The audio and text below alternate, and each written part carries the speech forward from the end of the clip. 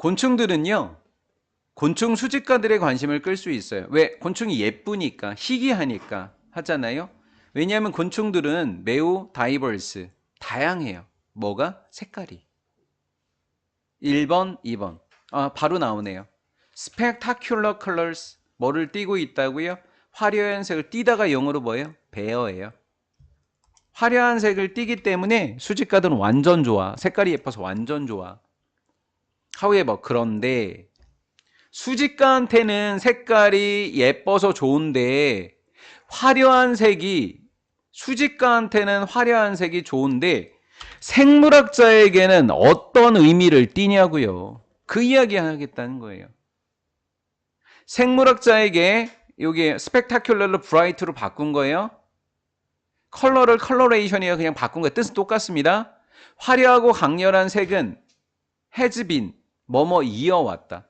아니 도대체 색이 왜 이렇게 화려해? 라고 생각했다고요. 끊임없이 renewed 새로워지는 난제, 해결할 수 없는 문제였대요. 도대체 쟤네들은 색깔이 왜 이렇게 밝아? 이렇게 이야기했대요. 근데 그 이유를 몰랐대요. 이해가 됐나요? 근데 지금도 모르고 있나 봐요. 현재 완료니까.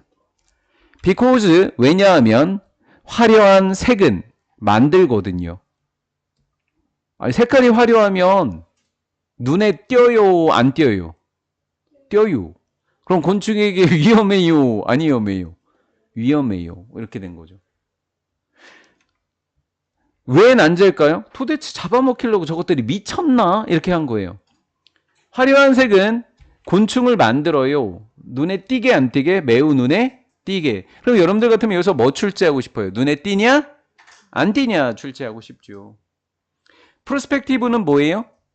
전망이 있는 장래의. 이 단어도 알아놔야 되죠. 뭐뭐가 될 가능성이 있어요.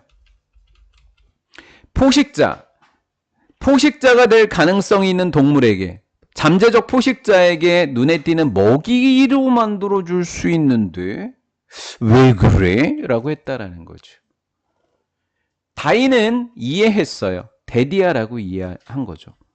밝은 색과 아주 강렬한 색과 과장된 형태. 호랑나비 벌레 한번 보세요. 나비. 호랑나비 보세요. 난리 났잖아요. 그렇죠? 뭐 되어 있습니까? 단순해요? 과장됐어요. 형태가. 굉장히 과장됐죠. 얘가 과거니까 얘도 과거예요. 과장된 형태는 진화된 것 같아요. 뭐? 성별 선택을 통해서. 왜 성별 선택? 암놈, 쑥놈에 따라서 이 색깔이 과장된 형태가 나오는 게 암놈이든 쑥놈이든 그렇게 나온다고요. 성별을 선택하는 과정에서 이렇게 일어났다고요. 암놈이 되면 뭐 더 어떻게 되고 쑥놈이 되면 더 어떻게 되고 이렇게 된 거죠. 이해가 됐나요? 그 선택이라고 하는 것을 뭐라고 했어요? 즉 과정이라고 그랬어요. 그 과정은 바이 위치. 왜 바이 위치일까요? 그럼 아까 투 위치 했던 거 4번의 투 위치처럼 한번 해볼까? 한글로 적어볼까? 과정이고 의에서니까 그 과정에 의해서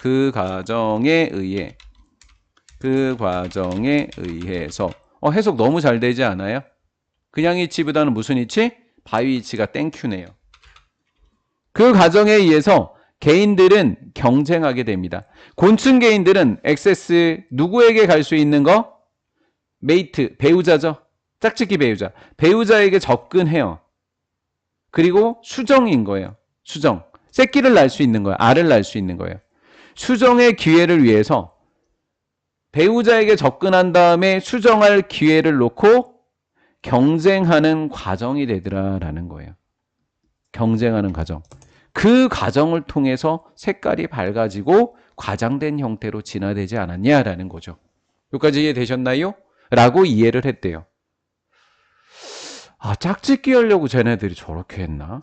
라고 생각을 했는데 그것만으로는 또 100% 또 안 맞았나 봐. 그러나 그랬어요. 그러면 3번 문장에 했던 게 찰스 다윈이 이해했던 게 완벽하지 않았나 봐요. 성선택이 뒤에 나오네요. 찰스 다윈은 felt, 느끼다 말고 생각하다로 많이 해석돼요. 여기에서 이번 수능 특강에서 felt가 여기다 생각하다라는 뜻이에요. 찰스 다윈은요.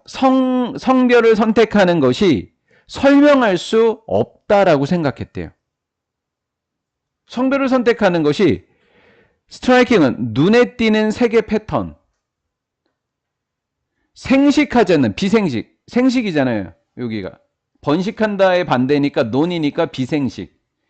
비생식하는 유충들의 패턴을 설명하지 못했대요. 아니 그래 성별 짝짓기 하려고 성별 선택 오케이 거기까지 이해됐어. 근데 짝짓기 안 하는 애들은 왜 색이 저래? 이걸 설명을 못했다고요. 이해가 됐나요? 어디 속에서 포 익sem플을 가령 예를 들면 이라는 거예요. 가령 예를 들면 어떻게 읽어야 돼? 표소도 몰라. 예. 어떻게 돼? 무슨 나방일 거야 또. 속 박찬황 나방. 오케이. 박찬황 나방에 속하는 그러한 속에 속하는 유층들의 눈에 띄는 색, 이 컬러를 설명할 수 없었다라는 거예요. 아니 이거는 설명 못하잖아 라고 생각했다고요. 그러면 성별 선택이라고 하는 찰스 다윈의 이론은 본인이 생각해도 일관성이 있다 없다? 없다라는 거죠. 여기까지 이해되셨나요? 예. 그래서 찬항이가 답장이 있대요. 누구에게 보낸? to니까 받은 게 아니라 보낸 거예요. 이 난제에 대한 다인에게 보낸 답장 속에서 우리 내용 불일치 때문에 정리하자. 보낸 사람, 보낸 자, 월리스, 편지 보낸 자, 받은 자, 다윈. 다 이긴다 그래서 다윈은 아니야. 재미없지. 알고 있고. 오케이. 이러한 어려움. 화려한 색.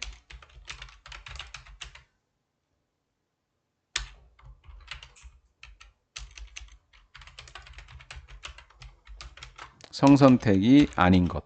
그렇죠? 성선택이 아닌 것. 화려한 색의 한마디로 색의 이유. 밑에다가 적으면 돼요. 색의 이유. 화려한 색의 이유. 성선택이 아니라는 이러한 난제에 대한 찰스 다윈이 보낸 답장 속에서 월레스가 보낸 답장 속에서 알프레드 R 월리스가 보낸 답장 속에서 그는 프로포즈드 제시했다. 화려한 색은 디스 테스폴리스. 테스폴리스가 맛있음이에요. 디스는 반대니까 맛이 고약하다라는 사실을 광고했다 해도 되고 드러내줬다. 짐짓. 애벌레의 맛이 없음을 드러내줬다고요. 누구에게 맛이 없는 거죠? 굉장히 잘 잡아먹는 경험 많은 포식자에게 그 애벌레가 맛이 고약하다라는 사실을 나타내줬다고요. 근데 이거 맞는 내용이라는 거 우리 모의고사에서 봐서 알잖아요. 일부러 곤충들이 뭐 어떻게 한다고요? 색을 화려하게 해서 한번 잡아먹으라고 한다고요. 그리고 맛이 고약하다는 걸 알고 저 색은 안 잡아먹는다는 모의고사 우리 읽은 적 있잖아요. 기억나죠? 이렇다라는 거예요. 그러면 이유가 뭐라고 생각한 거예요? 성선택이 아니라 누구였다? 맛의 고약함에 있었다라는 거죠. 맛의 고약함을 나타내 주는 거예요. 그러면 화려한 색이 있는 애들은 맛이 다 뭐하다? 있다 없다? 없다라는 거예요. 찬항아 내일부터 뭐 잡아먹어야 되는지 알지? 오케이. 인디드 이렇게 된 거고요. 사실상 지금 먹을 수 있다 그랬어요? 없다 그랬어요? 먹을 수 없다 그랬죠? 화려한 애는 먹을 수 있다 없다? 없다라는 거죠. 그럼 어휘 문제로 또 출제하고 싶네요.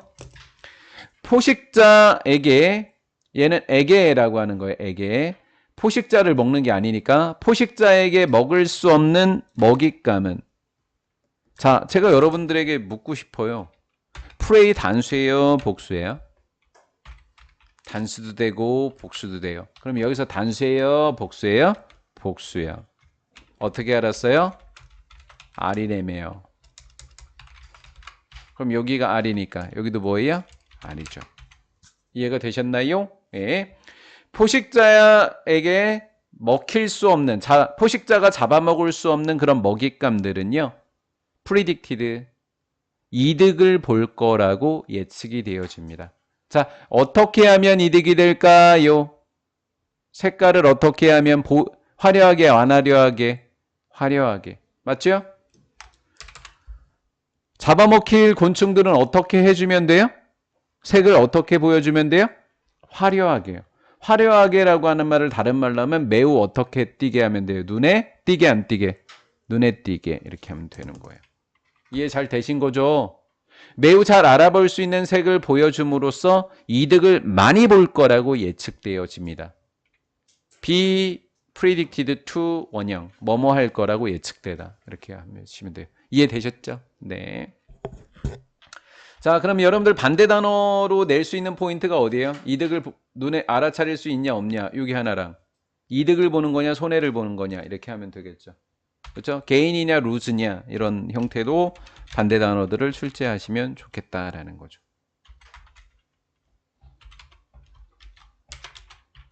이렇게 해주면 되겠고요. 얘는 즉이에요. 즉 숙련된 포식자는요. 포식자들은 정확하게 알아요. 뭐가 뭐하다는 것을. 밝은 애, 알아볼 수 있고 밝은 애들은 맛이 없다는 걸 알게 되는 거예요. 맞죠? 숙련된 포식자들은 그 다음에 정확하게 알아차리고요. and 병렬 구조, identify, subsequently는 그 후에 avoid, 피한다. 가려내고요. 피합니다. 그러한 먹이를 공격하는 것을 피한다고요. 절대 공격하지 않습니다. 그런 먹이를 공격하는 것을 피한다라는 거예요. 그런 먹이라고 하는 것은 쉽게 알아볼 수 있는 먹이들을 공격하는 걸 피한다라는 거예요. 자, 이렇게 둘이 주고받았습니다. 월리스가 다인에게 편지를 써서 야, 이렇지 않을까? 나는 이렇게 생각해 라고 했더니 폴튼이라는 사람이 아주 주워 먹었어요. 이 생각을 발달시킵니다. 병렬 구조 볼까요? 하나, developed, expanded, coined 이렇게 된 거예요. 이 생각을 발전시켜서 그리고 to warning signal 어디로까지 확장시킨다? 다른 경고 신호까지 확장시킨다. 처음에